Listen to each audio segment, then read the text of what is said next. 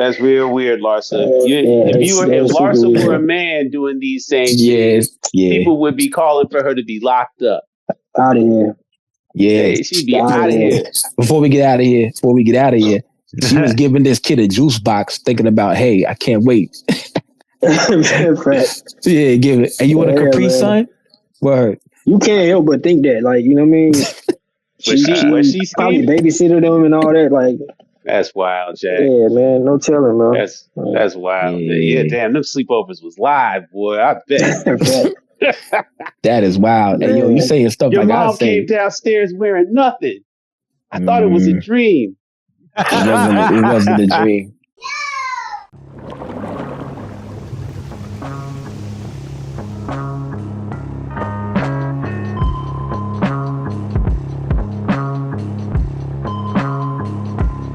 Hey, yo, you already know I do, man. You know, I asked Jeffrey Perlman about smells if Tupac fucked Faith Evans.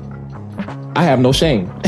No shame at all. That's crazy. Yeah, but it's still like he knows.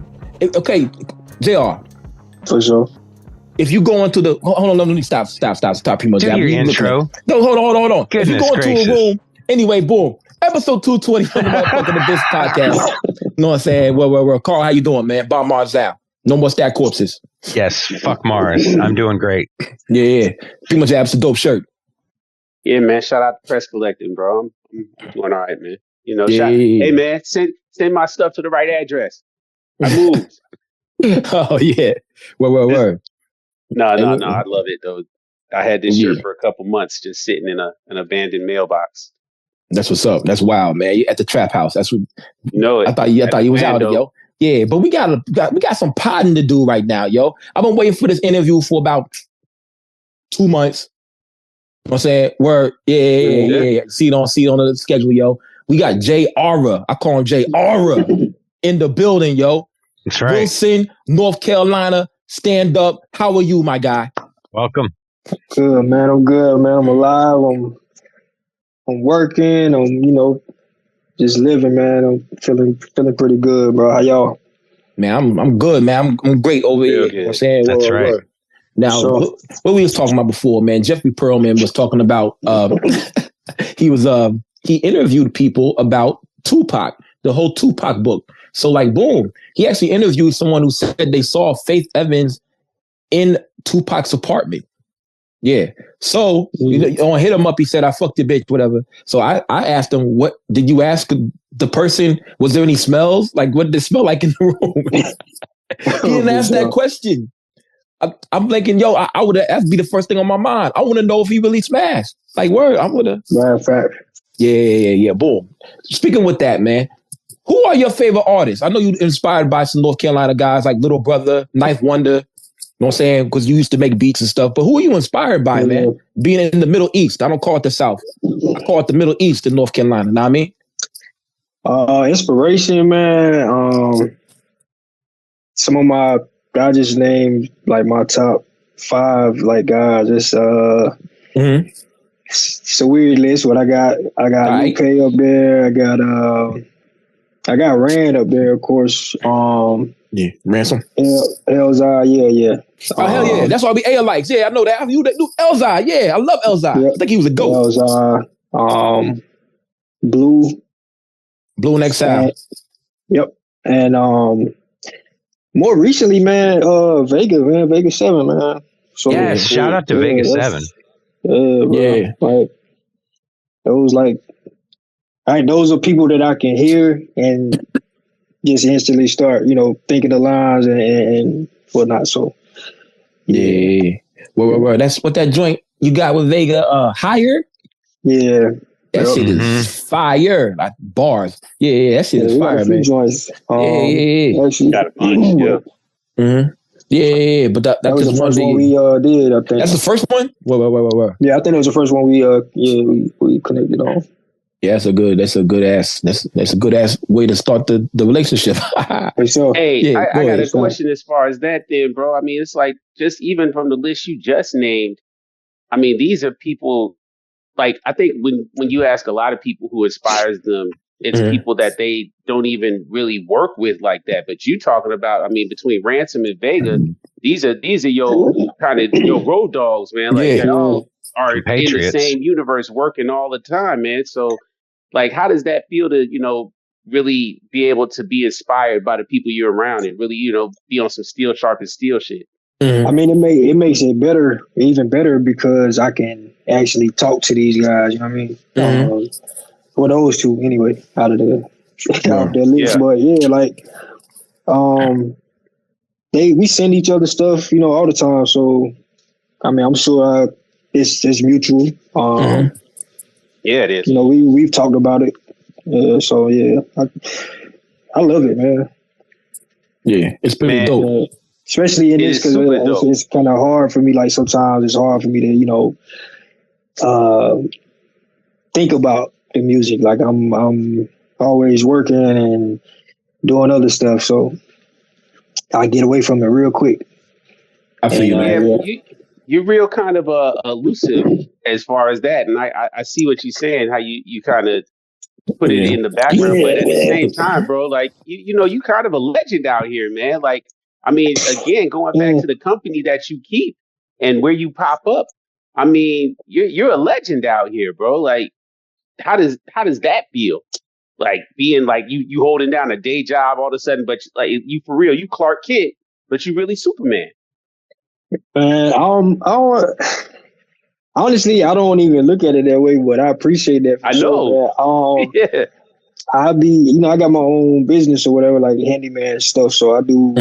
Okay. I do all the work, myself. I be tapping in. So that be priority. Yeah. That be priority for me most of the time. So like if it ain't really making sense for me, like literally, I don't really be do it. I don't really be thinking about it much. But here and there, like the guys that hit me up, ask for a feature or something like that. Yeah, like for sure. Like those, like my people, yeah, for sure. But working on my own stuff, I take long breaks, and then I noticed that. Live a little bit, get back at it. But when I write, it's like I binge write. So I start recording something. I might do a tape in like a week or something. You know what I mean? Or a few days. Like the next joint that I'm putting out, I did that in like 2 days. So it's an EP though. It's like 5 tracks, but still, that's fast. I took a couple days and I had some time. I could chill. I ain't have to work, so I just knocked out, what I could, and got some leftover stuff too. But yeah.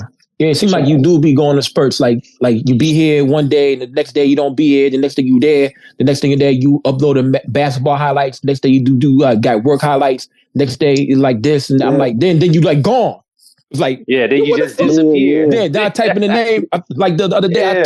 We was like, where the hell happened to J.Arr, yo? We was like, damn, did he block us? Like, low key, nah. I text Ty Ferris about you too. We was talking about basketball. I have a whole song. I'm dissing all the dudes in this underground about basketball. And like, and I said I even beat you. I said I beat you 3 dribbles, no offensive rebounds. I got a shot. No. Ty said you watching us all. I said, bro, I got a shot. 3 dribbles, no offensive rebounds. I got a shot. I got a chance. That's it. No, I can win. Everybody got shit. Nah, not really. Not everybody got a chance. Not everybody got a chance. I mean, it don't mean anything. Hold on, everybody has a chance. You see this guy talking crazy. Rules. What's up? I'm just saying, bro, like that, I gotta really admit, I have selfish motives also for wanting you to be on the show. Because I want you can defend your honor to join my team against Lukey, and also I want you to put Lukey in his place. We on the same team. We on the same team, man. Lukey brings you up a lot on the podcast when he's talking about I want to play him. I want to play J.Arr. Always. I'll play J.Arr for a verse. I mean, being a hooper, I feel like that's how you supposed to feel. Like that's how you supposed to think. So I mean, but you have to understand. Well, there's levels to this. Levels, and literally, the smoking and drinking I see some of these dudes be doing. Nah, they ain't gonna. It's not, no. And if they ain't over 6'3", they are not blocking my shot. So I have ultimate faith when I walk up to somebody. I think it's you, Chase Fetty, Feeve, because Feeve can shoot lights at the ball. Like, he can really shoot the ball. I'm worried. Yeah. It's a few guys that are like really hoop. Yeah, he do. Yeah, Sauce. But he ain't taller than me. He's not taller than me. I ain't worried about him. So here's the team. Me, PrimoJAB, J.Arrr, Feeve. No one's beating that team. Unless Beneficial Lord is good. He's like 6'9". Oh, damn. He's tall, man. Yeah. Sam Buck. You talking about UFO? Yeah, UFO Feeve, yeah. Oh, okay, yeah. It's a lot of so I be seeing a lot of guys that they say, they rap. It was a, plan B type thing for them. Yeah. Basketball was plan A. But but like I said, there's levels. By the way, Hoop's Dreams 4, that's a real picture, correct? Yeah. That shit is amazing that happened. Yeah, I was at it was in Houston 2013 All-Star Weekend, man. We they did like this it was like a All-Star game before the All-Star game, but it was Kobe coached our team and LeBron coached the other squad. So, nice. Wow. Yeah. It was pretty dope, man. We got to meet a lot of people, a lot of dope people, and meet a lot of NBA players and stuff like that. So it was pretty cool.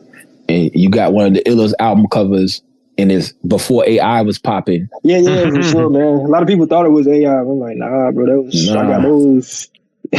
I got video footage and everything. So I seen a little bit of it, man. I see you getting busy, man. I know you treat rap like basketball, man. It's like king of the court. That's like you either you got to stay on the court. You know what I'm saying? I'm doing whatever it takes to stay on the court. You know what I'm saying? Word. And that's how I feel like you approach the microphone. You know what I'm saying? You were getting busy. You know what I'm saying? Word.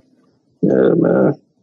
I mean, you got to, man, with everything. I feel like because with me anyway, like I don't like doing anything like half-assed. So when I do take the breaks, it's because I ain't really feeling it. You know what I mean? So yeah, I ain't trying to be like stay seen. You know what I mean? Just cause just to be, putting shit out. Like a lot of people do that, but I mean, get your money or whatever.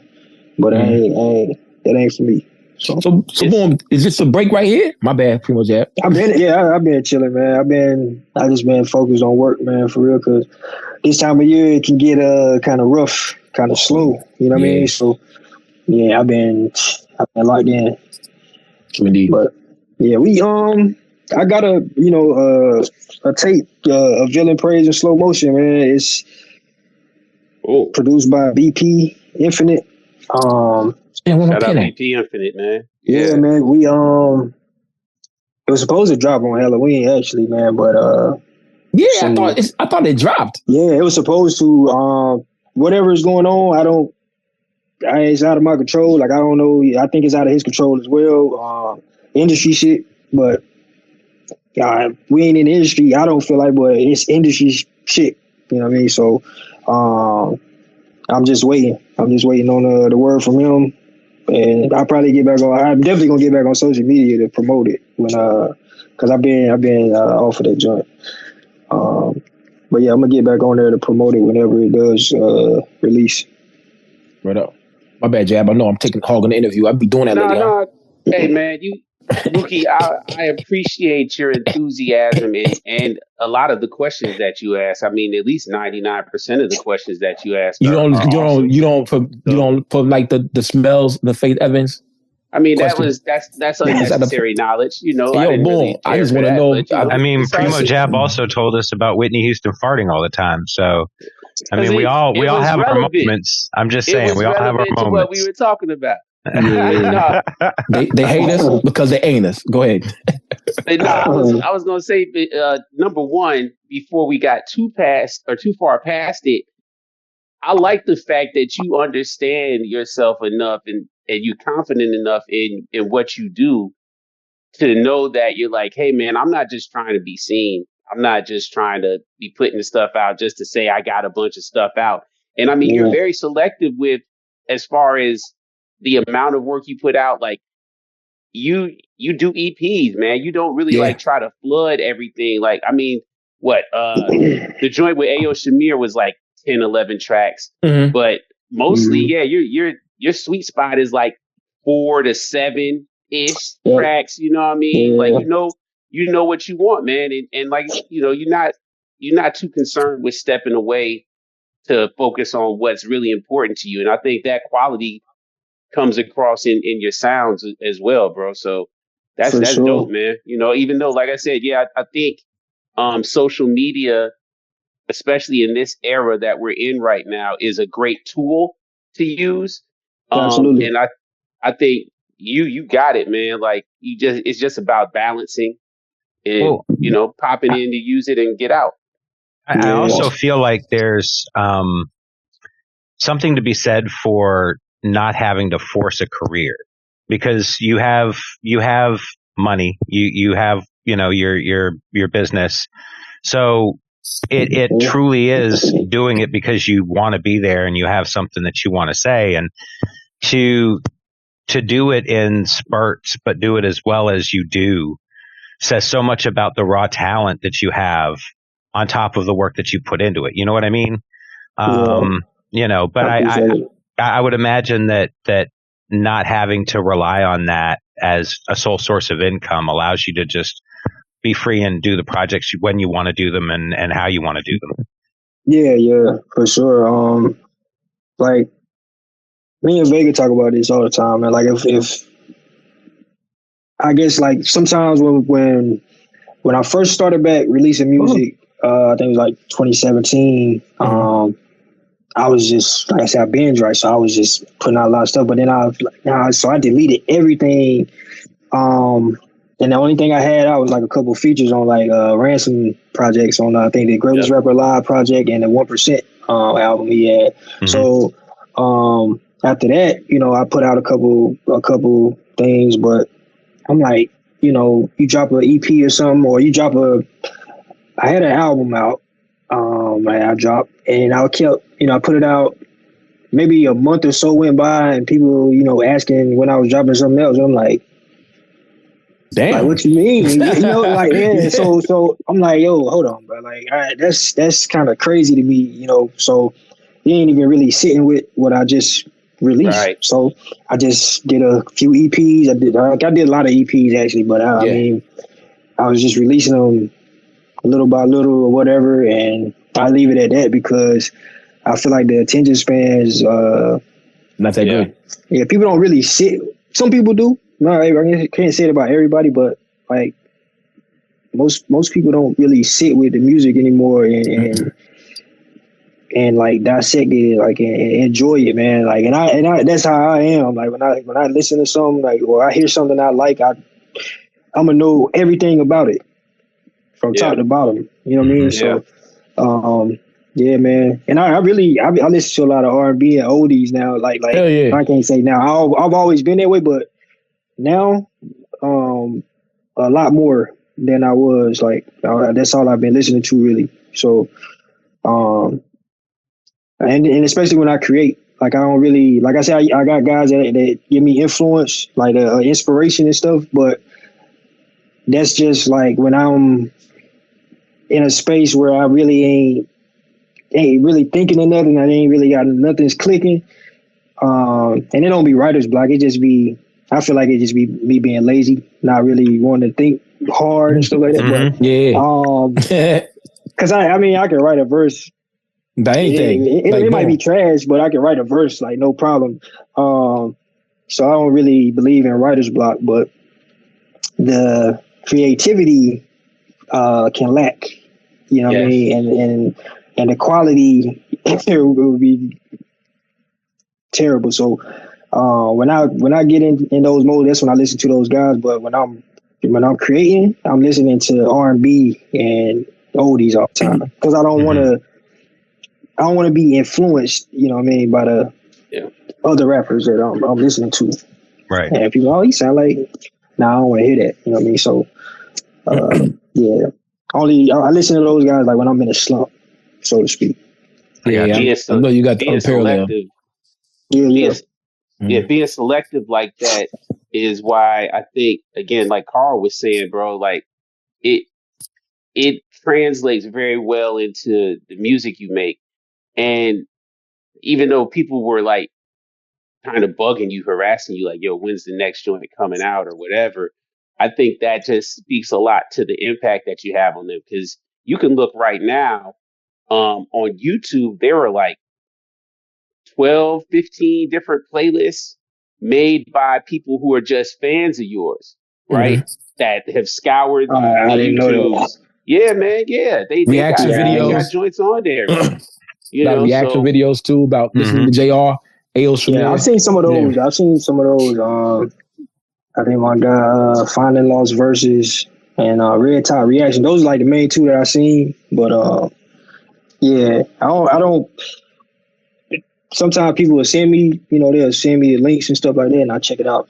But yeah, I haven't really been looking lately. I didn't know about the playlist stuff. Like I definitely ain't seen that at all. Yeah, man. Yeah, check it out. I mean, that's again, like I said, that speaks to your quality because again, you're not putting out stuff every month. You're not putting out stuff every 6 months. I mean, maybe 6 to 8 months or so. Like you had a nice run, 2000 through 2024, right? Or 2020 to 2024, right? You were kind of doing like back to backs, like, so there a lot of those playlists fill up that era, like the different chapters and, the Hoop Dream stuff. But then like you were popping up and crushing features, like popping up on the Tons random joints, killing shit. But then you was on one of my favorite albums, Mount Martit, killing that shit. You know what I mean? So it's like every time you appear, you're not wasting your breath. You're using your talent in the right way. And just like you kind of alluded to, man, which is dope about your process, you can throw something together. I'm sure you can. You got that talent to throw something together, but you're only putting energy behind the music when that energy is there. Like you're not forcing it. It's not forced. And that's dope, man. I'm glad you're keeping it that way. Again, I got to keep on reiterating, man. Like it's really dope to hear that version of the process, man. Like you're not rushed by the world, man. Yeah, man. I would have probably 20 albums out right now if I listen to people, man. I just can't. It's hard, man. Like, and then the way I write too is I mean, I'm pretty transparent in my music, so I like to take those breaks, get more experiences, come back, and let people let the people in on what's been going on. Or sometimes I do, sometimes I don't, but I think I think that's, for me, that's like, it's a benefit to it. Like the authenticity in the music for me, like it's a benefit to that for me. Like when I hear it, when I listen back to it, like, and I can play it for my family and whatever, and and they can be proud of it. Word up. Man, yo, check it out. Has I'm Wilson, North opposite, Carolina named the street after you yet? I mean, do they realize that they got key to the city? This epic dude living here or no? Man, nah, the city. I love the city, man. But, I don't know if it's mutual, man. What's up with where is Wilson? In North Carolina?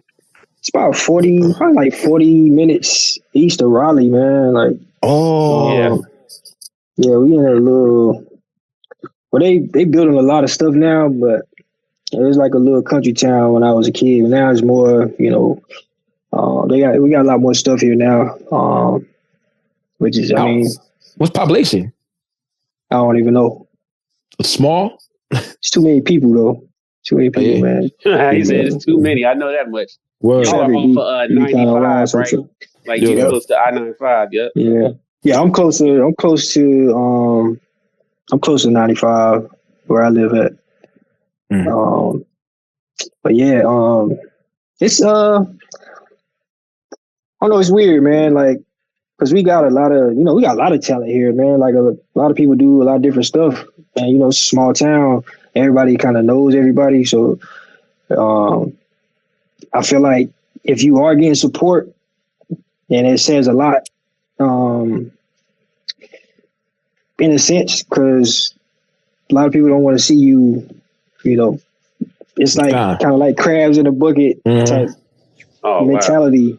Wow. Yeah, it can definitely be that way. So, which is why I feel like nobody from here has really reached the next level with music, because everybody kind of wants to be the first to do it.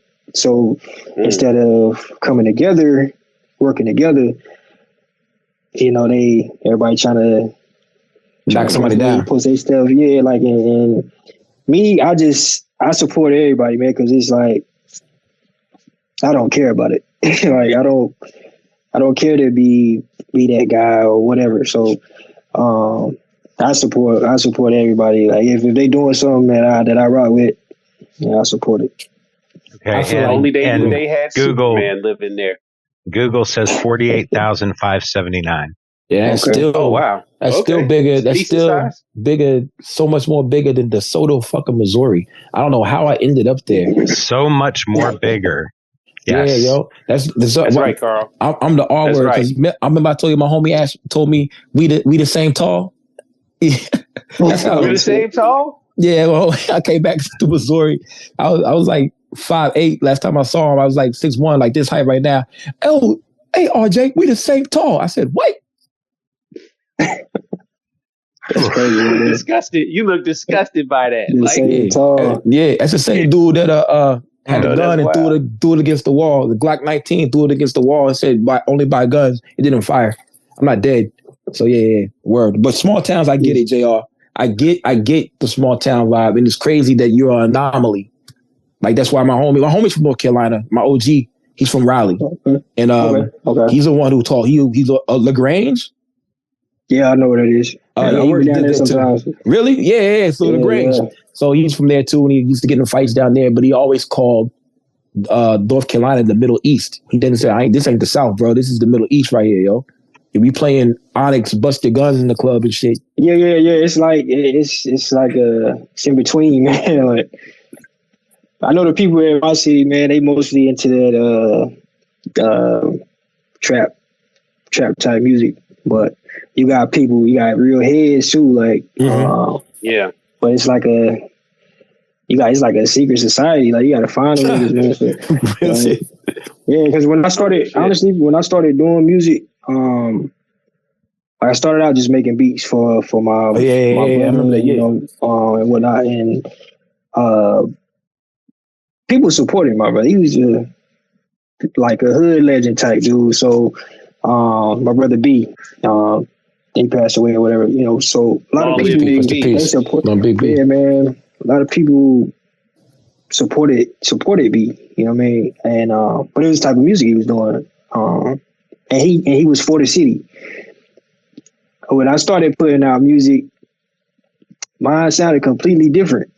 Just the stuff I was talking about. Like, I mean, we listen to different, you know, artists, and he used to always tell me, like, man, you my favorite rapper and all that. And, like, and I'd be like, man, likewise, bro. But the people don't really. I mean, they gravitate to him more. Or they did, you know, and I'm all for that. Like I was all for it, you know. So I'm like, yo, you're gonna be the one, you know what I mean? And you know, unfortunately, you know, his life got cut short, but I still blast his music all the time, man. So, you know. But it was more like trap music? Not really, man. Just he was just like I said, like a hood legend, man. He was on some. He did all types of stuff, but you know the stuff that people really rock with was like that hood type music. I feel you, man. Yeah. And you was on the beats, man. You was getting your Pete Rock on, huh? yeah. I was just making beats, and I used to write all the time and stuff. And I was engineering for them too, so I would write all the time, but I would never let nobody hear it. Like if I recorded, I would never let them hear it. And one day, I don't know, I just got the nerve, I let him hear some of my stuff, and like, what? Like, bro, I didn't know you. Like, yeah, man, So they kept him and my boy Q Ham. They was just trying to get me to get on tracks with them and whatnot. And I always would say, nah, like I'm just engineering or whatever. And I think it was, I can't remember what year. It was probably like 2010 or 11 maybe. I finally, started recording and letting people hear it. And I've been doing it ever since. You said you hated your voice, man. You still hate your voice? Yeah, man, sometimes. All right. Sometimes, for sure. Yeah, I heard Ghostface say the same thing just a while ago. He said, I hate my voice. I'm like, y'all motherfuckers is weird, man. For real? All right. For real, man. 'Cause I don't know. And then, like, okay, so when I do features, I got my mix that I have that I can tolerate. You know what I mean? Mm-hmm. Where I can tolerate it. I'm like, all right, this sound all right. When I send the raw vocals to somebody and let them mix it, they be like, man. You fucked it up. Yeah, like I really don't want to, I don't even want to promote this song, but I mean, I got to, you know what I mean? So, yeah. And some people, they'll let me, send my mix and they just mix it in with the instrumental or whatever. But a lot of people just want them raw vocals, man. I was like, damn. Yeah, I like putting my own effects on that shit. I like to put echoes, and me being a nerd, a super nerd, I want to put mad different shit. I want to make that shit cinematic. But sometimes when I send the raw vocals, then like they don't do nothing. I'm like, you ain't put no, okay, there's no deverb or nothing? Like, Deverb. Okay. Yeah, deverb. Reverb, deverb. Yeah. Hey, I have Pro Tools 9. I got Pro Tools, I got Pro Tools 8 or 7 on my joint because I just use what works. You know what I'm saying? Where. I see you got the monitors back there. Okay, I know you don't make beats no more, but you ever get the itch? Oh, you do? You started the game? I bet. I never started, honestly, man. I produced the whole like Weather Report 2. Some of the tracks on Weather Report 1. I produced some joints for Ram. Actually produced one for him recently. I ain't heard the song yet. Yeah, I ain't heard it yet. But I made the beat for me. But I sent him the joint and he was like, yo, what's that? So I ended up sending it to him. Dang. And I just made something different for myself. But yeah, man, I really like to play around with samples a lot. And just see how I can manipulate them and whatnot. But most of the time when I do it, it's just for leisure now. Like I never really put the joints out or try to make a project. Hoop Dreams 1 was actually originally recorded on all my own beats, but oh really? Yeah. But Rand linked me with Craven or whatever, so that's what we decided. So I just kind of rock with that. That was a good combination right there. That's some good peanut butter and jelly right there. Yeah, baseball bat. Pause. Yeah. Yeah, Nicholas Craven. Yeah, I pause everything. Forgive me. Yeah. Yo, how did you get into mixing and mastering and engineering? Like, I mean, did you just do it out of necessity, or was it something where you were like, no, I'm the only person who knows how I want to sound? I mean, what led you that way? So like I said, like when my brother was rapping, when I first found out, like him and my boy Q were nice. I'm like, yeah, like y'all gotta have beats. I was making beats on the FL Studio demo version. Like I couldn't save the beats. Like I just had to export. Oh wow. Yeah, you gotta export it. Like you make a beat, export it. Like that's the only way you can save it. So I couldn't save it and go back to it and none of that. So I was making beats on the spot, and then I downloaded I think it was called Cool Edit. Cool Edit Pro. Yep. Yeah, it's now like Adobe Audition, but yep. I think they got like a subscription now, but I have it. Oh yeah. So I was using Cool Edit, and I started learning it. I was self-taught, like because I didn't go to school for it or anything. But just dealing with them and experimenting with stuff, and like finding out like what this does and this does, and all the DAWs I think are kind of similar in a way. Like they got different like navigation, but once you learn one, you pretty much know them all. So yeah, like once I learned Cool Edit, I went on to Sonar. I think I was using Sonar for a while. I had Cubase, but I ain't like that too much. That's old school, but yeah, Cubase. I hated it for real. Cubase. And when I got my Mac or whatever, using Logic, I use Logic now. Yeah, I use Logic, and I don't know, man. I got the Waves plugins, and I started learning a little more stuff about it, and I don't know. I just like mixing and mastering my own stuff. Mm-hmm. Yeah, because I know it's going. I can't blame nobody else for how it sounds. If I don't like something about it, I mean, like it's like you put it out, bro. Like what you yeah. So yeah, I can't like he mixed this the wrong way. I ain't like it. So yeah. I totally agree with you, man. Even though I don't really master or put all the what do you call that shit, the equalizer on it to make it smooth out.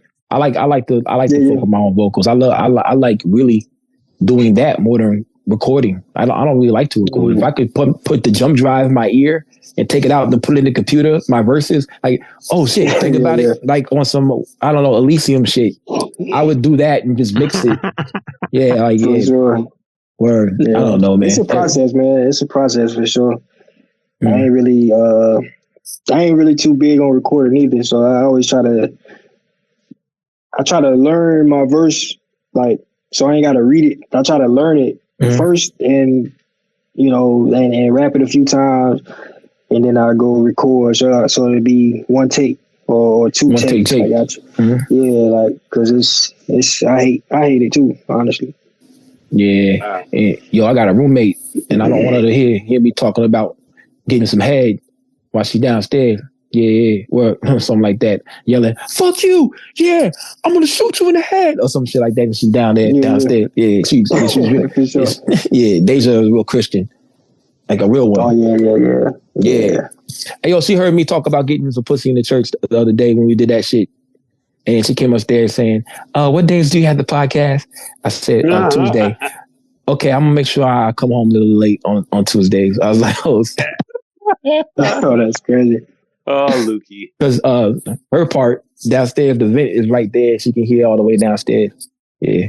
Boy. Sorry. And that was a tame episode. Yeah. I know. That wasn't even one of the bad stories. That's lightweight Lukey information. Whatever, man. Hey, let's go to this. Hey, yo, who's your basketball team, JR? College NBA. Ah, man. I don't have one, man. Nah, he a Wake Forest dude. I was joking. Nah, I don't have a team, man. You got players? Oh no, Jamal Crawford. That's your guy. Jay Crossover. Yeah, that's my favorite player, man. Once he retired, it's kind of like whatever. But I still, I love watching the game. Plus, I be betting and shit. So I be locked in trying to see what's up, man. You got parlayitis? How many legs on your parlays? Do you do parlays and straight bets? I do both. Any parlays hit? Any good parlays hit? Yeah, I've hit some decent ones, man. I ain't hit nothing over 5 figures yet, but okay. I've had like some $2 into 2,000. Yeah, so I had some of those nights, wow, that's dope. Yeah, like $7 into 20. I think like last year, like the end of the year, I had one for like 2,600. I had put like $7.50 up there. Oh, that's sweet. That's sweet. Man. So, and a lot of the parlays I make is just bare minimum stuff. Okay. I'm watching the Knicks in the Grizzlies right now. That's my team. I'm watching it right now. I'm not watching it. It's up there. Yeah, Knicks is my team. Yeah.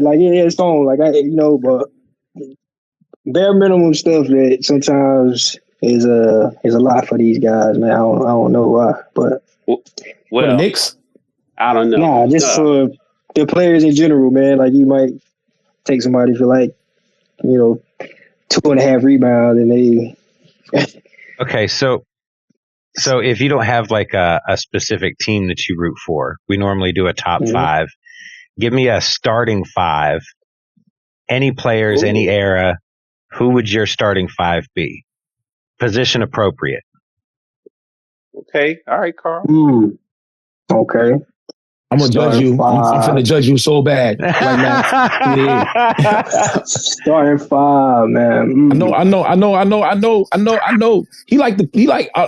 watch interviews and I seen you like defenders. I love defenders. I love defenders, man. But if we going, well, Steph got to be for me the one. Best shooter ever. Yeah, okay. Underrated defender too. Get him on a switch. Defender. Get him on a switch, man. Like he get bodied. Go ahead. Yeah, for sure. But as far as like moving his feet, and he being there, he be active hands. Like he's there. But sometimes I mean he's 6'3" in the league. That's not tall at all. Yeah, I mean bigger than me, but whatever. How tall are you? I'm 6 even. Oh, word? Oh man, I got a shot. Yeah. 3 dribbles, no. I got a shot. I got a shot. I got a 6'6" wingspan, man. So I don't. So I got a shot. I probably could beat you 1 out of 8 times. Word. 6'6" wingspan, man. That's tough. Like, go ahead. Yeah, but Steph would have to be the one. The 2. I'm gonna go with. I'm gonna have to go. It is, but I'm gonna go with Kobe. It ain't tough. He played I'm gonna go with Kobe, man, for the 2, for my 2. Okay. Cause like I know the GOAT debate, all that. Jordan would be the consensus. He would be the 2 for most people. That's what I thought you were gonna say. Nah, I ain't going Kobe. I'm not even picking Jordan. Kobe's a good choice. Kobe's a great choice. He's a better shooter, man. I think he's a better shooter than Jordan. I think Jordan mid-range was phenomenal. He got that. Like he wasn't even going to the 3-point line because you can't stop him from getting. He's DeRozan on acid. You're right, but hey, when he stepped back behind that line, bruh. But then you always want him to shoot a 3-pointer. Yeah. Yeah. 3.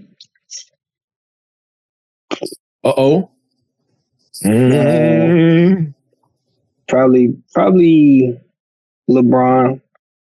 I ain't mad at that. Probably LeBron. That's legit. The 4. Here's where it starts getting interesting, bro. Yeah, I already know my last 2. I'm gonna take Tim Duncan at the 4. There you go. Nice choice. Nice choice. I'm gonna take Duncan at the 4, man. Yes, absolutely. No, he's number 5, man. I think there's only. It's only between 2 for me, and that's Shaq and Kareem, bro. Like there you go. So just for the sake of errors, I'd probably go with Kareem. Wow, man. Even though Shaq will dominate whoever, but I gotta prime Shaq. Yeah. Ain't nobody. Prime Shaq was crazy. Prime Shaq had a turnaround too. People forget he had that little turnaround, fade away to the corner. I'm like, yo, this is not fair. That's how I felt when I saw Wemby in Game 1 this year. That's the only time I felt like Shaq. Like no one's messing with Shaq when he had that turnaround little jumper. I was like, I saw Game 1 of Wemby doing the in and out step back at 7'5". I was like, this is why niggas are not in the NBA. Word. I'm like, man, this is. I hope unreal. Wemby inspires a whole generation of Americans to take back hooping, because Wemby plays like one of those made up characters when we used to make up characters video on games. NBA video live. games. And live, yeah. But he's a real person doing it though, man. Wemby is so dope, man. If he stays healthy and he puts some more weight on and keeps getting better, I mean, he's him. He gonna be him for a while. For sure, man. Because in the first game, like you said, that first game, man, I was like, yo, what the fuck? like the league in trouble. Crazy. Yeah, man. He done kind of leveled out now, but man, that first game. Nah, did you see yesterday, my brother? Yeah, he went crazy yesterday. Okay, they're down by 3. Yeah, they was down by. I got league pass for this man. Golden State Warriors, Steph, and him. Houston Rockets, because Shingun is amazing. And I love basketball so much. It's like my daughter and basketball. You know what I'm saying? Like, whoa, but boom. Okay, they down 3. Wemby comes down. He's hits a 3. He goes down to the other side of the court. They drive. He blocks the shot so weirdly. Like, why? How can you block a shot like this? Comes down, calls for ISO, does a step back 3. They go up by 3. So that's a 6-point. That's 6. He denied 2 points. So basically, it's an 8-point thing he just did. Differential, Like what? I'm looking like, how can you stop this? Like, this is you gotta hurt him. The ill stat about Buddy right now too. What? Wemby is the only player in, I think, like 30, 40 years to have a block in their first, like, 50 games. Wemby has had a block in every game he's played, essentially. He has not had a game when he hasn't had a block with him. Y'all remember Dick Cheney? I'm going out there. I'm fitting to break this dude's kneecap, bro. Yeah, I'm gonna fuck. I don't give a fuck. And then you gonna make him apologize? You gonna make him apologize for hacking him in his kneecap? No, I'm hurting this dude. We trying to win, bro. Now, at my old age, I don't know. I feel that way.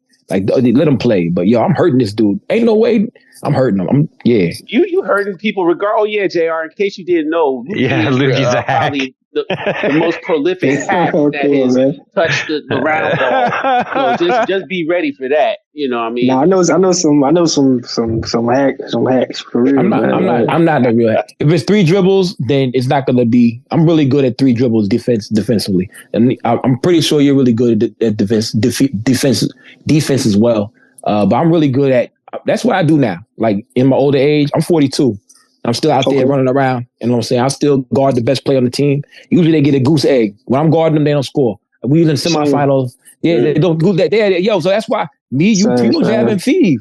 We don't got no real big man. PrimoJAB will guard a big man. He's strong. Hey, man. Yeah, look, just shoot the ball. I'll get all the boards for you. Absolutely. Carl will call all the games. We're going to make Carl put on a Marv Albert wig. That's right. Nothing. Yes. Marv Albert. Yes, that type of shit. Back 3. But God bless out there is our 3. He'll take care. He'll shoot good. JR, God bless Beats. I made him bleed his own blood. He took his ball and left. You know what I'm saying? Come on, man. Hey, yo, boom, I didn't mean to. Bro, man, he definitely meant to. He absolutely meant to, man. He was out there playing egregiously bogus basketball, man. I was killing, bro. Every time you try to drive on Lukey he doing those types. You know what I mean? And he's like, I got 5 fouls. Don't believe them. Use them. You know what I mean? It's like, bro. I said that. How many times you gonna do that? and that's so Bless got pissed because it's like literally we just played a gentleman's 21 game. You know, just having fun. Hey, yo, and this is fresh out of COVID too. Fresh out of COVID, they just put the rims back outside, right? And they did that where y'all live. That's crazy. Oh yeah, you know they hated on. Man. Nah, they hated on every. They put them back. See, dang Wilson. Excuse. Yeah, bro. They trash, bro. You gotta call your city park. Yeah. Tell Wilson, hey man, turn up, man. But did they turn y'all courts into pickleball courts then, or what? What they do? Y'all ain't got the pickleball epidemic, do you? Yeah, we do. But not the outside courts. Not that I know of, anyway. But we got curfews on the courts as well, which is something that they started doing. I remember, I think it was in 2009, because I used to go to this community college. They had an outside court. I used to go there and work out early in the morning, like 5 in the morning, before it was in the summers, before the sun would get up. I'm like, yo, I'm gonna go ahead and get my workout in. So I go lift and then I go out there and shoot or whatever. And I come out there one morning, they had a sign. It was like, the park ain't open till 7 a.m. Like, how the hell you close the park? So they hated. They did that to you. They did that specifically for you. Yeah, man. So I was like, damn. Then I found out, they started putting curfews on all the parks in the city, and I stopped going, man. Cause what was the why? Yeah. Who knows? That's whack. I have no idea. Like, but I wasn't. I mean, I would be by myself. Like it's 5 a.m. Like nobody else out there. Maybe they mad at the ball bouncing. You know what I mean? Ain't nobody. It was at a parking lot, like at a community college, Wilson Community College. It was a parking lot. Like nobody. Nobody near the basketball. Nothing. Yeah. Nope. That's wild, yo. No apartments or anything around. Like so, I don't know what it was. You know why they did it, but that's kind of the story here. Our basketball scene has fell by the wayside, man. Like over the years, like when I was a kid, we had multiple community centers that were open all day, every day. Now, I think one of them Monday, Wednesday, Friday mornings from 10 to 12, just for like free play for basketball. Free play, yeah. And Tuesdays and Thursdays at the other one, I think on Tuesdays and Thursdays from like 6 to 8 in the evening. So 2 hours for 3 days at one spot, 2 hours for 2 days at the other. And when I was a kid, those places were open from 9 in the morning till 9 at night every day. And even longer on the weekends. I think it stayed open till 11 on Saturday nights, 1 to 9 on Sundays. Like, so, yeah, man, for them to change, you know, when COVID hit, it was perfect for them because they closed all the gyms. They took the rims down at the course because that's where everybody went immediately. Like, everybody went outside, like, you know, wearing masks or whatever. But we went outside, like, okay, we can't. When they took the rims down, 'cause I used to hoop every day. I gained like 20 pounds, like in a couple months, because I couldn't hoop. And that's the only way I'm doing cardio. Like I ain't running. I don't like running on a treadmill or none of that. So yeah, man, I gained like 20 pounds, man. That's wild, bro. Yeah, bro. I was I never been like a heavy dude. So I was like, I think I was like 175. I was still like my college weight. I was like 175. And I got up to like 196. Oh, wow. Heaviest I ever been, man. So I remember my girl, she like, you got a gut. Like, never seen it in my life. Don't sit up. I can only dream about 196. That's what I'm about to say, bro. Carl taller than us, though. He taller than us, too. No, not really. You like, how tall are you? Like 6'2"? No, 6'1". Oh. I think you're taller. Although than me, I did get down to 215, so I'm making progress because I was 239 for a little while, and I was like, Jesus. Yeah. Me and J.Arrr, Trey Young height. We Trey Young build. Hey yo, PrimoJAB is big. PrimoJAB look like he punched somebody and knock him out. He punched me so hard that my daughter say, "Ow." I'm trying to lose weight, bro. I'm 245 right now. Or when I last measured, I've taken measures. I've been doing things. I got to check myself tomorrow when I go to the gym. But yeah, I'm trying to get down to like 220, and then from 220, I really want to be like 205, 210-ish. You know what I mean? So muscle though, bro.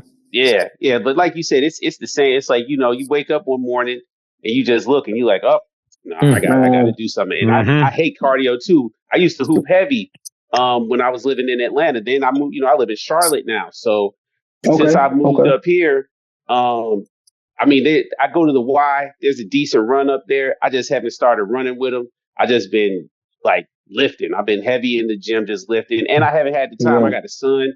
You know, I'm watching him most of the time, so I can't really like bring him up to the gym and then go and just get a nice little run in, man. But I'm eager to get back running, man. I know if I get back running, I'll drop like 15, 20 pounds like it's nothing, and then whatever else, you know. I get all my cardio on a drum set. Oh yeah, you do.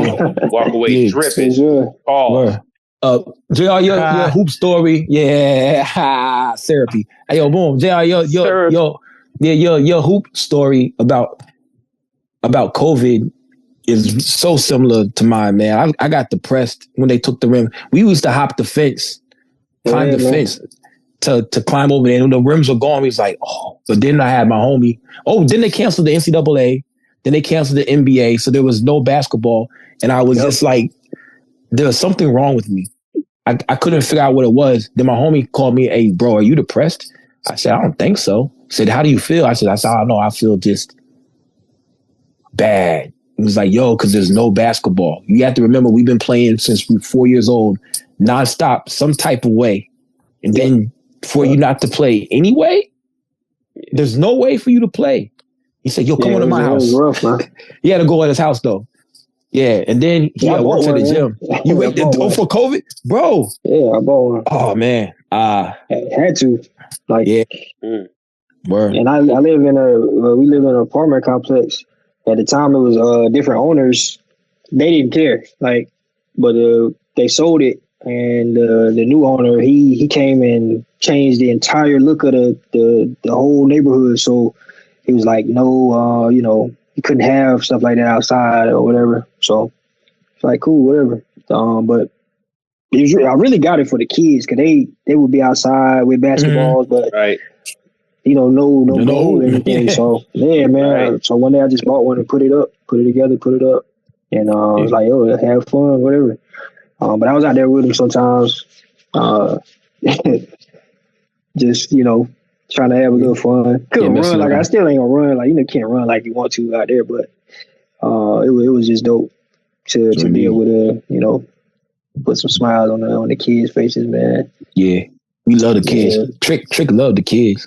Yeah, sure. I just want to say that. There's also another place called Lane Carson where we played.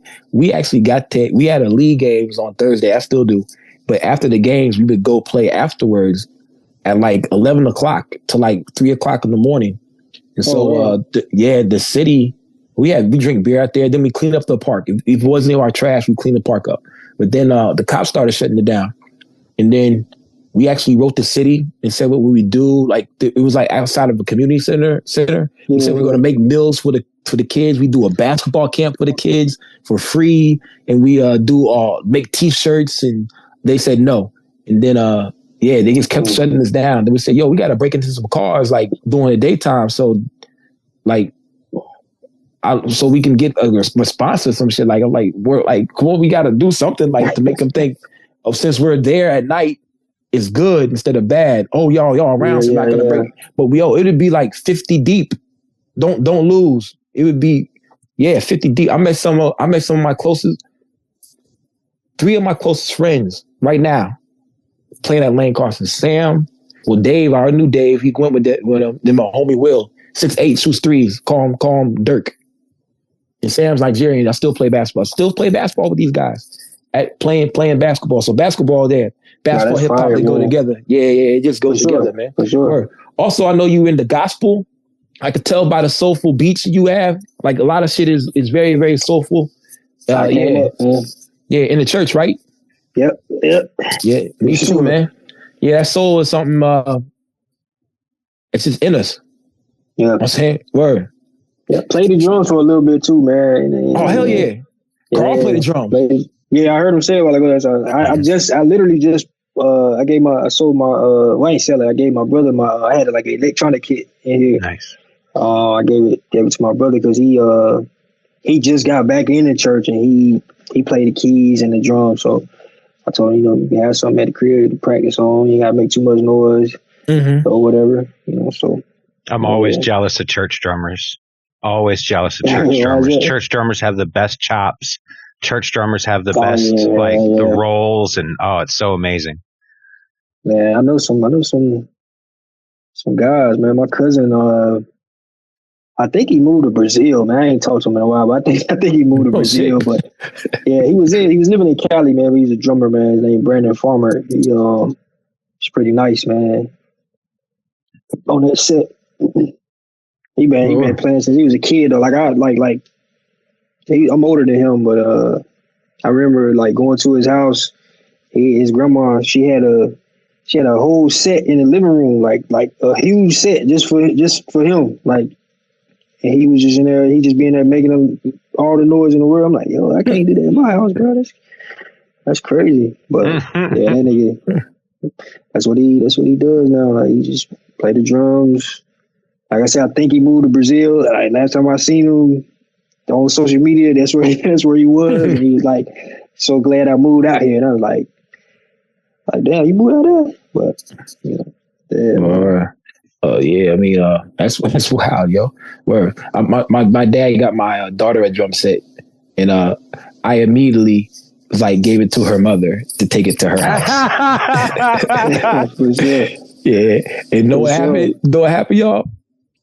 They hid them drumsticks. Like 3 days, they hid them drumsticks for 3 days. Yeah, man. Are you kidding me? Now I'm mad. Yeah, I can't. They don't know where I'm at, yo. But I got drumsticks with the foot thing. Yeah, the kick pedal. The kick pedal, it's broke. We gotta get it fixed. I can fix it. Stepping hard.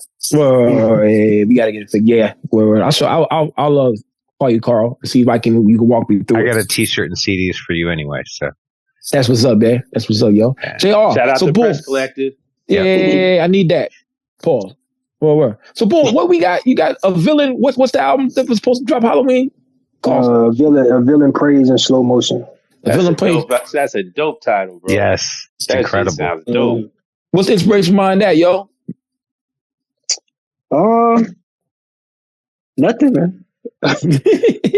To be honest, like that, I just, it was. You mean like the title or the just title? Yeah, the title. Yeah. Oh well, I mean, it was. So I made a cover first. And I was like trying to think of a title for because that's like something I have a hard time with. Like even it's easier to write a verse than to come up with a title for the song or for the what I mean. Wow. For me, like I struggle with. I never would have guessed coming up that. with a title for something like no, because you got great titles. Track 1, track 2. You know what I mean? Like if I could, I would just it's track 1, man. It's track 2, because it's difficult to come up with like something that I like that I think is perfect. I understand that. Yeah, I'd be kind of like I said, it takes longer for me to come up with titles most of the time. But with that, man, I was when I made the cover, which I used AI to make the cover. Allen Iverson? I'm joking. Yeah. I used AI to make the cover, man. When I saw the cover, I'm like, because I kind of wanted it like kind of like religious, so I had the guy looking like he was praying or whatever. But I don't know, man. I don't know where the slow motion part came from. I just said it like, and then throughout the EP, of course, whenever it comes out, you'll hear it like it's a prayer going on throughout the EP. Also, and it's not like in slow motion or whatever, but it's slowed down from what it was, like how fast it was, but it's not in slow motion. But I don't know, man. It was just it was really random. Right? Like it was a random. I fucks with it. Random title, man. And I liked it, and it stuck.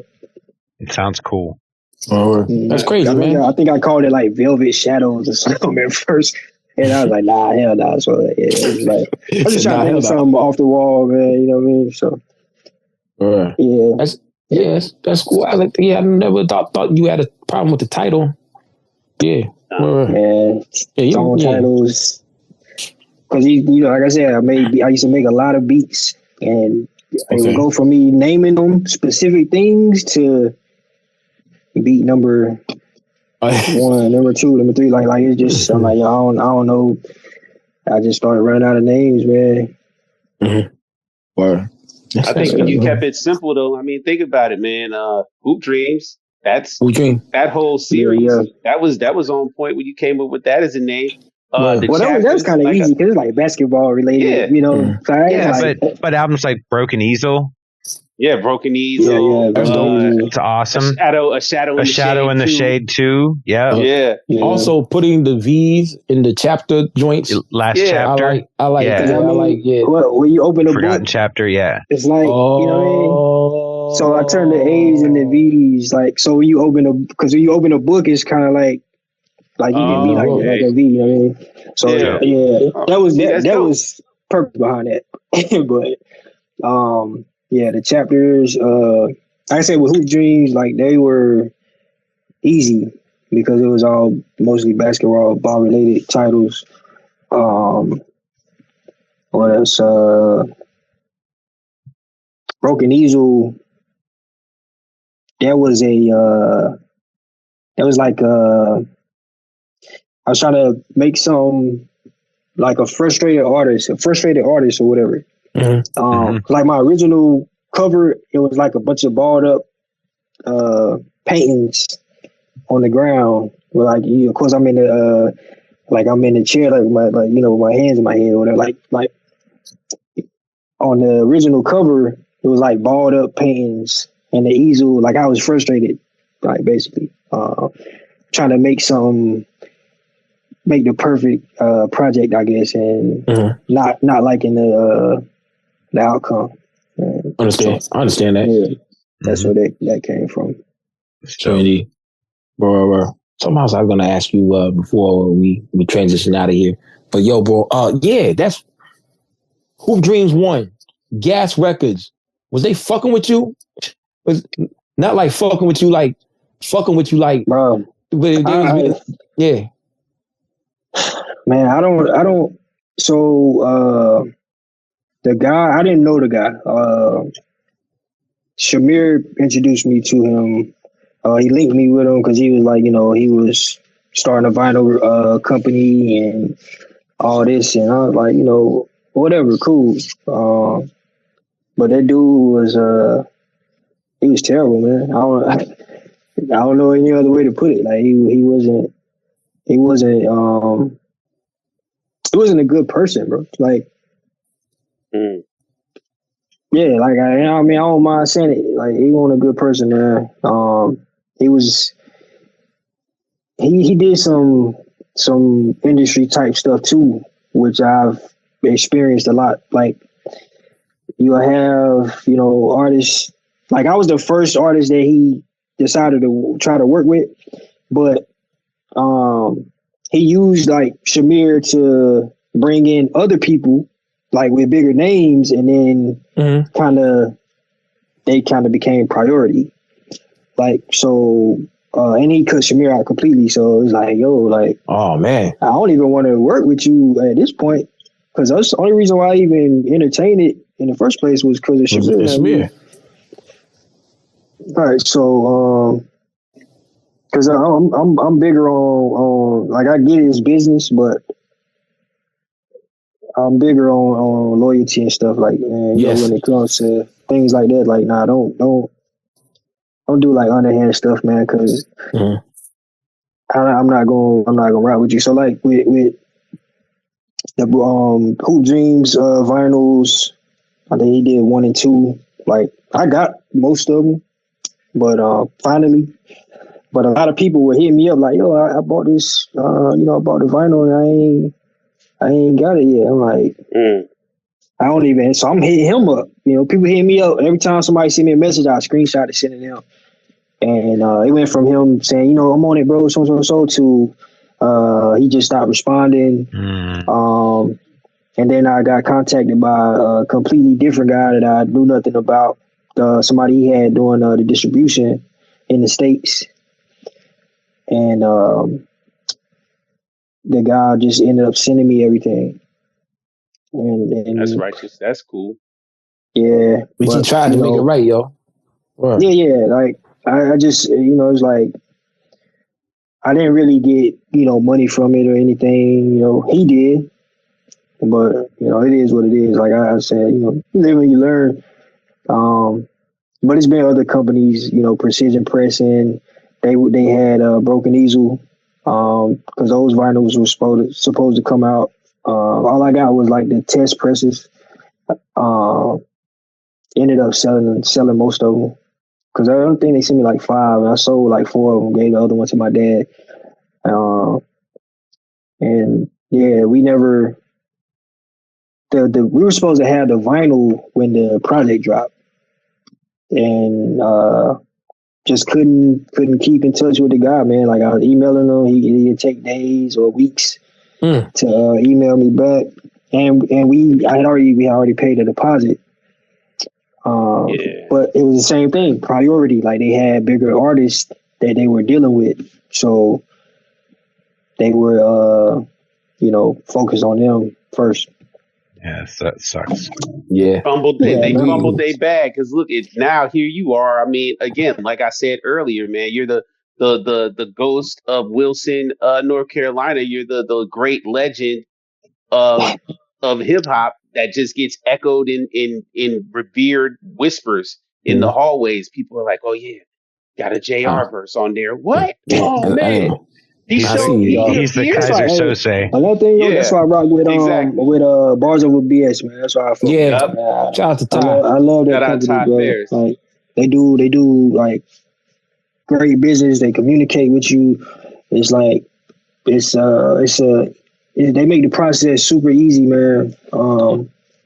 Especially for me, like it was something new to me anyway. You know, when I started like re-releasing music, I had never really done physicals and stuff like that. So having those experiences first was kind of like, I don't really want to. Yeah, like man, I just do it myself. But you know, when I dealt with Bars Over BS, it was like damn, it's that easy. Like it just depends on who you're dealing with. You know what I mean? So shout out to them for sure. Yeah, I'm looking on here at Discogs and seeing some of the prices for your shit, like $120, $100, and I like to look at that shit to see. You know, it really doesn't mean that much, but still, it's like, it's still like, and you don't even get no money off this shit. It's kind of fucked up. Nah, they raise the price. It's worth it. I think Discogs is it, like you said, Luke. It's a great reference, man. It's something that you can look at and you can see that people appreciate you and they're putting value behind the physical copies of what you're putting out, man. And even though, sure, it's just some people that might be inflating these numbers up or whatever the case is. It's the fact fucking nerds. That you're, but that's cool. I'm glad that somebody's nerding out over our music, man. I'm glad people like really hold our stuff, our products in high regard, man. Because that means something, man. It means what we're doing isn't in vain. It means like, you know, keep going. Because if they're getting that much on the secondhand market, and if they can even have the nerve to ask for that much, just how much does that mean you really are worth when you start touring and doing shows and popping up with those vinyls and having that merch table set up, man? It's like, hey, man, it means something. It's a barometer. For sure. And there's different type of nerds. I'm not talking about a nerd like me. I'm talking about. Oh no, I didn't think it was a disrespectful term at all. Not Benny the Butcher type nerd. Like we call everybody nerds, and I got mad at that motherfucker. Yeah, no, I'm not trying to be disparaging nerding out is cool, man. You know, love what you really love, man. You know what I mean? Oh yeah, for sure. Got to. True indeed. Got to, man. So I guess we'll see when get it worked out to get that villain praise in slow motion back on You know, I just stopped asking about it because at a certain point it's just like, all right, man, whatever. Because that's just how I am. Like I ain't gonna keep asking the same stuff over and over. So true indeed. You know. Also, when it drops, it's important. I learned this lesson again. Everybody, if it's on iTunes, buy it off iTunes so it'll stay in your catalog. Because when you buy it off iTunes, if it disappears ever, it's still there. I'm saying word. The Makami album dropped 3 weeks ago. I bought it because I knew it was going to come off the internet quick. I bought it. It's going everywhere. You can't hear it nowhere else, but it's still in my library. So you're so smart, Lukey. You were so smart. Shout out to Easy Money. Oh, maybe I shouldn't be saying that. But shout out to the person who told me to buy it because it's going to go off. It's most likely. But the next thing you know, Conductor Williams sued Makami over that album. So his name ain't good. Makami name ain't good right now. It's not, yo. Anyway, PrimoJAB, what we got, bro? Man, I mean, aside. Okay, I got something.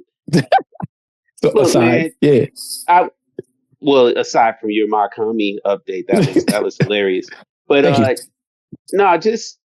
want to talk more before it gets too late into just like your work ethic, bro. Like you seem to really favor just working with the same people, and not as if a bad thing at all. It's like you have loyalty.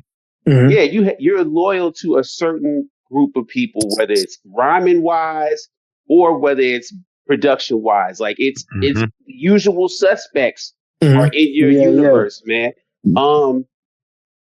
Like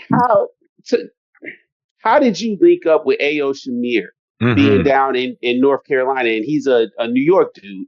How did you link up with Clipto? How did you end up bumping into Ty? I mean, like, how do you expand from your base in humble Wilson, North Carolina, to be this boogeyman with this ill arsenal of contacts?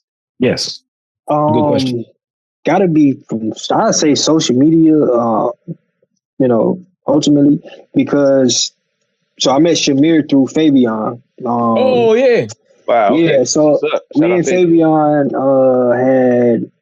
had done a couple joints together, but I met him, on IG. So it was like we had done a couple of joints, and then he sent me a track, which was actually ended up on Broken Easel, which was the Nothing track that he featured on.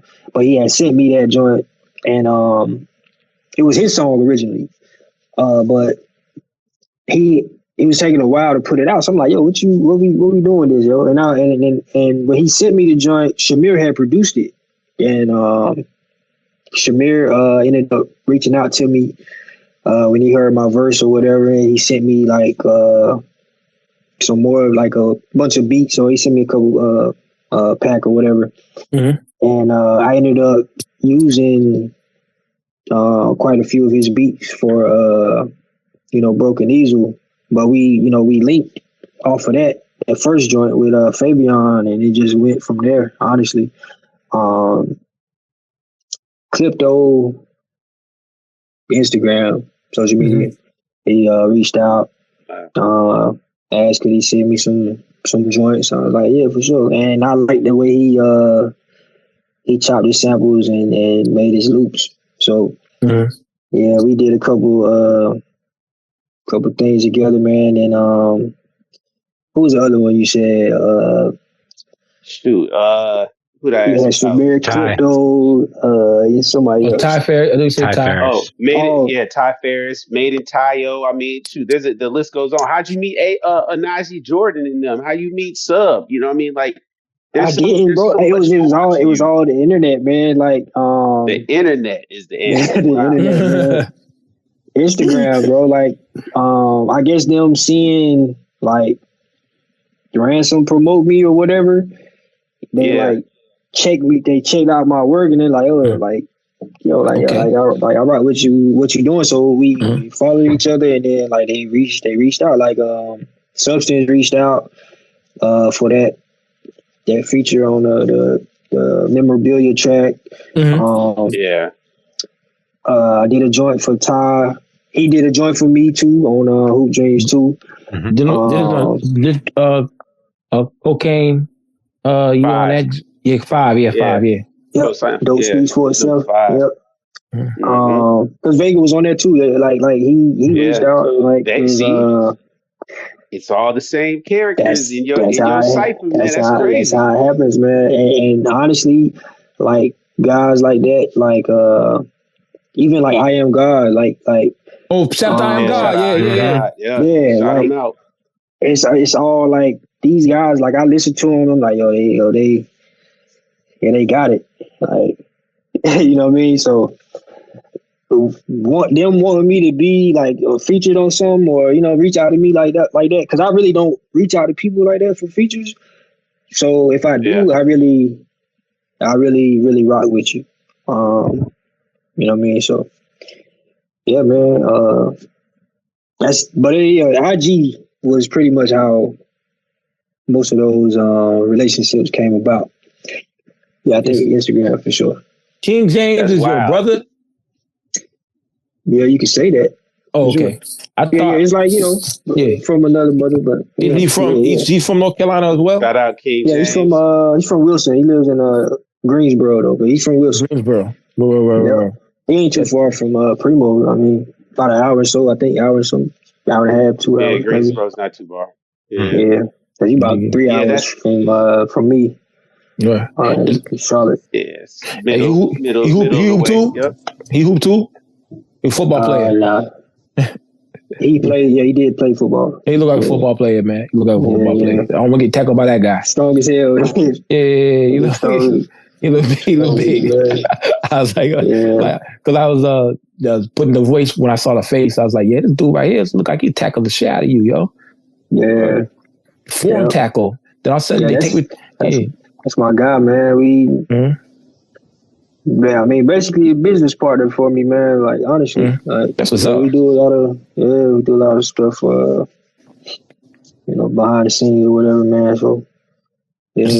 Shout out to King James, yo. You got to give him a shout out in here too, yo. Yes, sir. Shout out Q Ham too, man. Shout out Q Ham too. Yeah, man. My boy just had his birthday was on the 6th, man. Yeah, that's my dog, man. Happy born day. Yeah. I know. Another thing, I know Q for I don't know how long, man. I know Q since I was like 14, like 13, 14.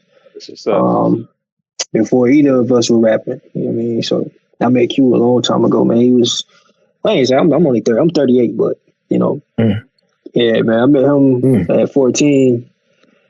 Found out he rapped once he went to the Navy. He went to the Navy after high school, and when he came back, he was rapping. I was like, damn, like, okay. So now I gotta make beats for you too. Like I was already making beats for B, you know what I mean? Like, and started making beats for him too. King James, we lived in the same neighborhood when I was I think I was maybe like 10 or 11. We lived in the same neighborhood, but we weren't in it, like we didn't hang in the same circles. But I knew who he was, but I didn't, we didn't hang together. Like he had a group of, because he's a little older than me, so he had a little group. He had his group of friends. I had my group of friends. His little brother used to hang with, like we all hung together. So I knew who he was, but didn't know he rapped either. Later on down the line, my boy Mars, who used to make beats for me, we met through Mars. So it was a mutual friend or whatever. Yeah, man. But yeah, man. Most of the guys that I rock with, man, like that I it's like we really friends. You know what I mean? So just to put some perspective on it. Yeah, that's some good shit, man. Word. Karl, what we got, bro? Yeah, so I know we're getting ready to wrap up. I'm constantly pleased with what we do on this podcast because we get this really great insight into artists, and I have to say that as happy as we were that we finally got you booked, and of course PrimoJAB and I joked, but we wanted you to be able to defend yourself against Lukey's slander, his constant slander against your game. But you have this, what I can only describe as a modest confidence that is so impressive. You ground yourself in a way because, you have respect for all these other artists and only top quality artists. You don't roll with anybody that can't hang, and the people that you mention and the people that you work with are in the top of this underground. But it's never at the cost of you seeming like you don't belong there, because you have this aura about you, like, and I think again, it stems from, doing this solely because you just know you can and want to be there. But you have this aura, like, I'm honored that these people are in the room with me, but I belong in here as well. You know what I mean? Yeah. And to me, like, that's such an amazing quality when somebody's really, really talented to be able to keep that level. Like, I would imagine if you would ask me before the interview, what's he going to be like? Well, I mean, he's a hooper and he's a rapper, so he's probably going to be aggressive. He's probably going to be, and you were so chill. Like, you were just such a chill dude. And it's been amazing having you on here. I can't thank you enough for coming and hanging out with us. No, I appreciate y'all having me, man. To what you said, I can, like you said, I can relate it to hooping because I always wanted to be around people who I felt like were better than me, or could beat me. Like, and because we played, when I would work out and stuff, we played ones all the time. And I would always, want to challenge whoever I feel like was the best player. Yeah. It's the same thing with music. Like, I feel like you said, iron sharpens iron, so I want to work with people who I know like they can take my head off. You know what I mean? Or I feel like they could. You know what I mean? So yeah, man, it's the same. I've always been that way with everything. Like, because that's the only way to get better. I feel like. That's dope, bro. Bro, you speaking my language, G. I said in that song, I'm dissing you and everybody else in the game. I said, we're gonna see who can play D, and hopefully, hopefully you want to skunk me. I basically saying, yo, hopefully, I'm gonna murder you, and hopefully you don't want me to score no points either. Like that's how I feel. I don't want. I feel like the end of the world if someone scores on me. I hate getting scored on. Bro, when I was in college, bro, I guarded the best player every game. Mm-hmm. Guys might come in averaging 20, 23, 18. They end the game with like 5, maybe 8. Like, yeah, because but they would get that on somebody else when I was getting the rest. I'd be so mad. What I mean? Like, I'd be sitting on the bench watching, like, damn, this nigga scored. But my life. I've always been that way, man. Like, I can score and all that, but I like it better if I can keep my matchup from going crazy. Get that goose egg. Mm-hmm. Yeah, and sometimes people gonna get you. I mean, if somebody nice, bro, nice enough. I done played against plenty of like top tier talent, like guys, and you make it or miss it. Yeah, like some stuff ain't nothing really you can do about it, but just being there, like in the effort, man, that helps out. Knowing that I'm trying my best, I'm good. You know what I mean? Yeah. I can. Who we got here? Bruce Bowen, Scottie Pippen. Who else we got? Who you take over? You take the karate kick the dude in the face, or Scottie Pippen? That was it. Would I take Bruce Bowen or Scottie Pippen? Who you take as a better defender? I might have to go with Scottie. Bruh, I think Scottie is the best defender ever. Yeah, Scottie could. He really could guard 1 through 5 for real. 94 feet. 94 feet. Yeah, I would have to go with Scottie. Yeah. Sure. And wasn't he like 6'9"? Wasn't he like 6'9"? Yeah. So he was tall. Guarding 94 feet. Yeah. But shout out to Michael Jordan and his son. That is horrible. Yeah. Shout out Scottie Pippen's wife. She's hot. For sure, man. Larson is reckless. Stella got her groove back. Yeah. I know that was just kind of weird to me, man, to see that, because I'm like, was that like something that's been going on? Yeah, it was weird, like, cause like, I know you known this guy since he was a kid. You know what I mean? You had to have. Kids play together. Crazy. Man, that's weird. That's real weird, Larson. If Larson were a man doing these things, people would be calling for her to be locked up. Out of here. Yeah, she'd be out of here. Before we get out of here, she was giving this kid a juice box, thinking about, hey, I can't wait. Give it. And you want a Capri Sun? Word. You can't help but think that, like, you know what I mean? She probably babysitted them and all that, like.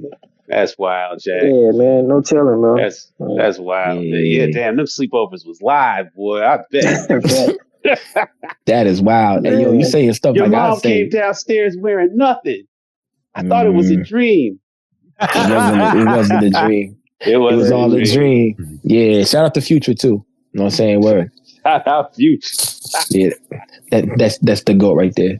Anyway, boom. We're gonna be on the lookout for a villain praise in slow motion. You know what I'm saying? Word. And who's it produced by? BP Infinite.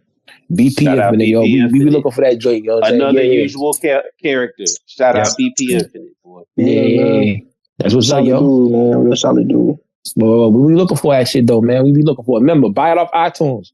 Everybody, if you got an album to come, word up. So everybody out there, whenever it comes, we need albums come out of iTunes. That's why I learned about Fly God. When Fly God came out of iTunes, they took it off real quick again. They put it back up years later. You buy the album so it'll be in your, and it puts a little bit of money in there. When you buy it instead of stream it, it puts more money in the artist's pockets. You know what I'm saying? That's why iTunes will always be better than Spotify. Mm-hmm. Definitely, man. Yeah. So be on the lookout for it. You know what I'm saying? J.Arrr, thanks for coming on here. Let me talk my shit and talking your shit. Man. Yeah. Sure. Yeah, you a smooth operator, my dude. When you know you him, you ain't gotta be like, you smooth. You one of them dudes walk on the court, you're gonna bust ass and word. I see you out there. Yeah, I see you out there, man. Well, you be killing, bro. Let it. Gotta let it speak for itself, man. Sometimes, man, you know. That's right. I'm not like that. I walk in the gym and I see the best player. I be like, yo, my homie Amu. He's like 6'7", 220. I look him in the eye and be like, yo, you gonna get your buckets. It's gonna be a lot harder. And he'll look at me like, oh, not this nigga again. But I'm guard 94 feet. You got to work off ball to get the ball, and a lot of guys do not want to work to get the ball. Right. Yeah. So we got the same mentality. It's just you say it, I don't. You let your thoughts. You let the thoughts out. I don't. I think the same. I know where my parlays are going. I'm sorry. Stuff, man. Word. That's why me, you, J.Arrr. Well, I said me, PrimoJAB, J.Arrr, Feeve. Bruh, we ain't losing. I'm happy to be on the squad, man. Like I said, I just clean up. I'm on the bench. Y'all just shoot as much as you want. Know that I will get every board, and I dish very well as also, absolutely. So don't even worry, man. If you want to score, you gonna score. If I see you, you gonna score. We all gonna eat. Yeah, you gonna eat. I'm finna hit Feeve right after this shit. I'm finna hit him and be like, yo, the team is set. The team is set. He's gonna be like, huh? Right. Yo, one of these days we gonna have the tournament, man. Yeah, 3-on-3 tournament. 3-on tournament. Oh, we can do this. It's gonna be glorious. Oh, we can do this. 3-on-3 tournament. Yeah, with a concert. Okay. That happened. We gotta get some sponsors. I could probably find somebody to put it together. Like, hey, you want to do this? Oh, really? Yeah. Hit up Big Chico or some shit. And be like, hey, let's do this shit. Yeah. Or I could do this. I can go out there, visit PrimoJAB and Popovich and Karl. We go out there and we'll me and J.Arrr run the fade on video. You know what I'm saying? Or the one-on-one. Yeah. The ones. Yeah. And I'll be embarrassed. I'm gonna give him my best. I think that'd be a good promo for the 3-on-3. Yeah. Okay, we're gonna work this out, man. We're gonna figure this out. Mm-hmm. Hey, I'm gonna warn you, J.Arrr. I got the drill. I gotta make 10 in a row in threes before I stop. So like, boom, I can make 10 in a row still. You know what I'm saying? Word. Yeah, me too. But 6 feet wingspan. He's like, too. Okay. Whatever. But I gotta say this. Ain't nobody not over here bragging about it. Yeah, I know, but check it out. I know he's better than me. But your wingspan. No, I mean, I do it all the time. Like I do it before I leave the gym most of the time. Like, I work out in the mornings. Like, I feel like, we. Because it's not. I mean, it's easy, but it's not easy. Like it's not a lot of people can't do that. So that's impressive, man. But I don't know if I could do it. I don't know. I could do it with the wingspan in my face like that. I mean, it's gonna be tough. I gotta do a couple moves. Use the D-man, bro. Use the D-man when you in the gym. The dummy joint with the hands. Use that. Bro, I'm 42. My knees don't. In front of that. My knees don't work like that no more, G. Just shoot with that in front of you, bro. I promise. Like, cause I mean, I can't. I only shoot. I don't jump. I don't even jump high when I shoot. Like but I get it off quick. So it's like, I use that. I can't even see through it. I can see through it because I can't see over it. When I jump to shoot, I don't jump high enough to see over it. So I just look through it and shoot over it. Like use that, and it's just like a hand in your face. Sometimes I don't be looking. It's like muscle memory from everything. Like I think I shoot better off the dribble on threes. Like, I don't know. Pull through, one dribble, shoot. Screen's coming, I'm doing one dribble, shooting. One, because it's that same motion right here. Dribble, that's the best shot I got, really right there.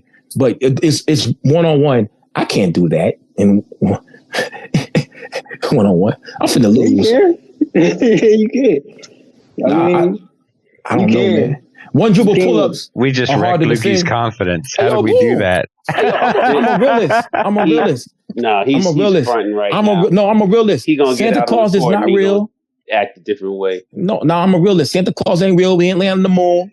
Know what I'm saying? Where all this shit. I'm real. I'm a real man. Like, yo, I got a chance. Tylenol is poisonous. Cause autism.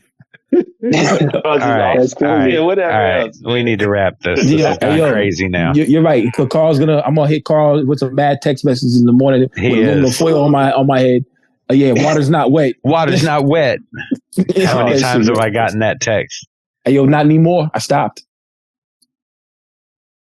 But it's not though. Anyway, episode 220 of the Best Podcast. We got J.Arrr, Wilson, North Carolina stand up. We got a real spitter on here. Thank you for coming on the joint, and we'll see y'all next week. You know what I'm saying? Remember, water is not wet. It only makes stuff wet. Yeah. Fellas.